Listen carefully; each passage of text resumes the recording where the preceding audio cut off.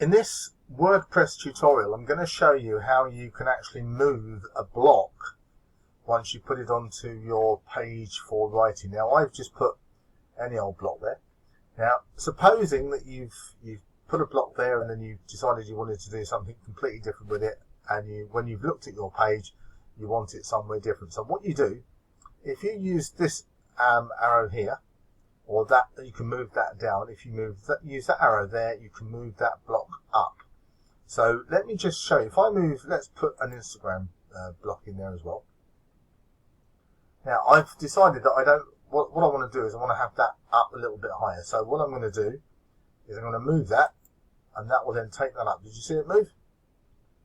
And then you want to move it down again, and it goes down. The page moves behind it. So that's actually how you move a block if you've done your content, and then when you're looking at it you think, I want things in a different place. You can actually move it around quite flexibly and quite easily. It's very, very simple to do.